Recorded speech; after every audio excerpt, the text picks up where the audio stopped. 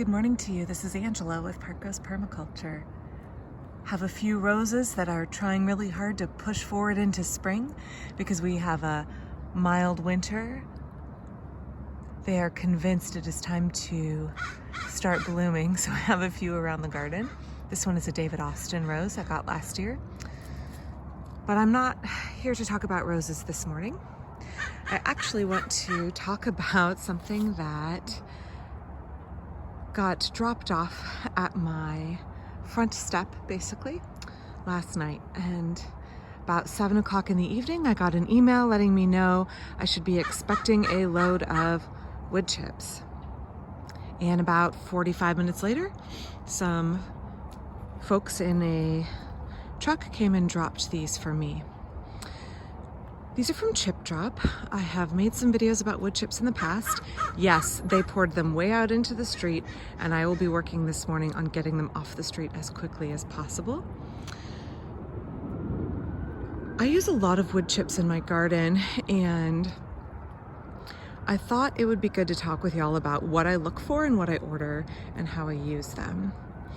So because I live in the city, wood chips are a great free resource of biomass, mulch,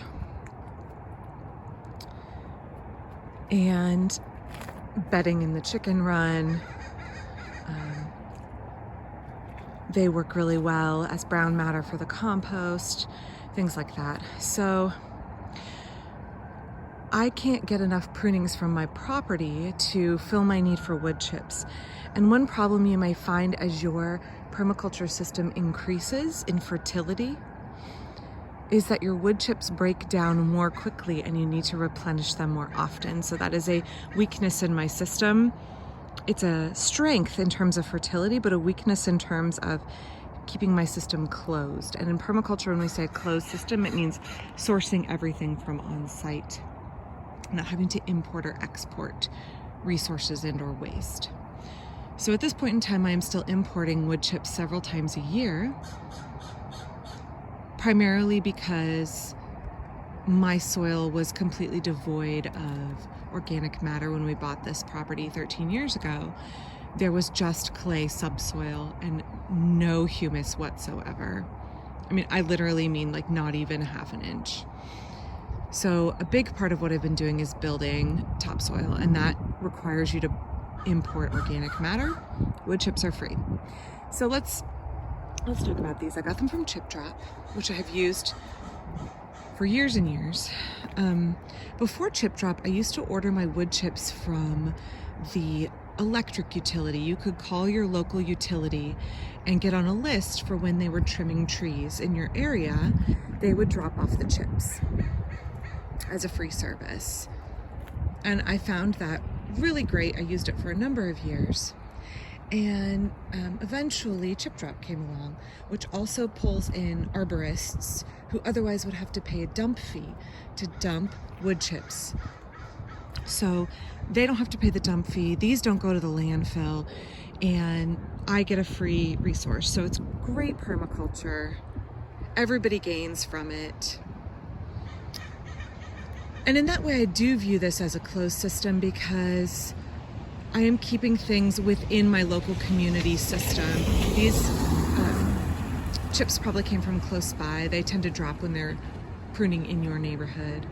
So keeping it out of the landfill to me is still, if I look at a larger scale than just my property, I'm still keeping things in the system, still keeping them regenerating, returning to the soil. So when you order wood chips, you can request from Chip Drop. You can get logs, which will be huge logs. We're not talking fireplace logs. We're talking enormous tree rounds, sometimes, several hundred pounds. You can order wood chips, and you can specify species that you don't want.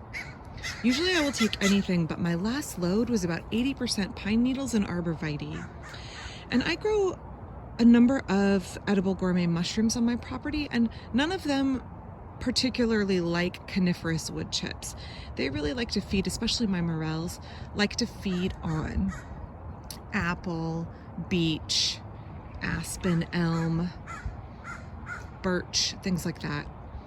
they don't like coniferous wood chips. So this time when I asked for my wood chips, I requested no conifers, and I assumed I would have to wait a long time. I don't know if you can see from my last load of wood chips, it's primarily pine needles. Lots and lots and lots of pine needles.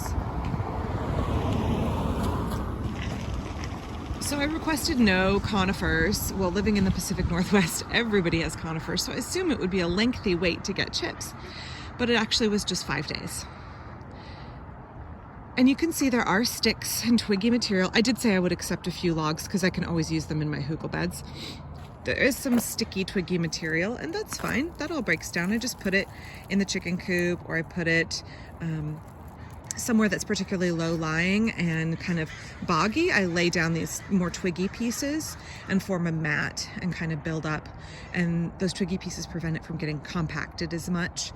They work really well in places like that. So here you can see some more of these kind of twiggy bits. I kind of throw them off to the side, make a pile, and then I take them down and either put them in the chicken coop or I put them in those low-lying areas.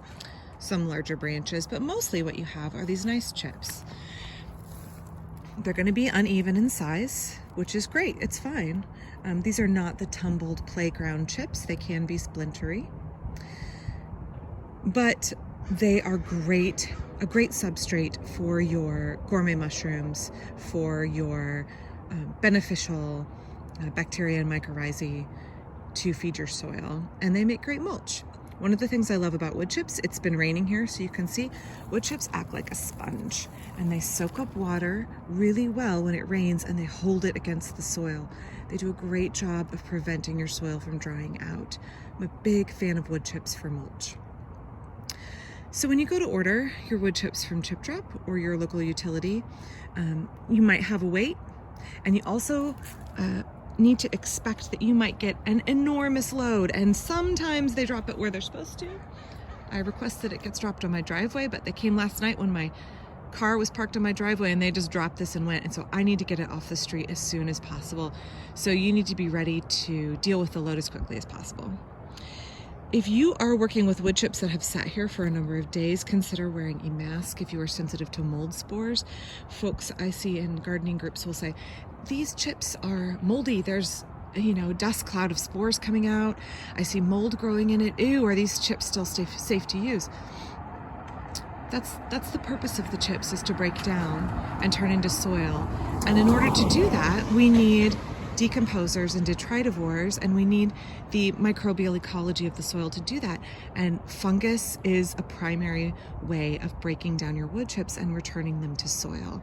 So they're going to have fungal spores in them, and the longer this pile sits here, the more active and the more those will multiply.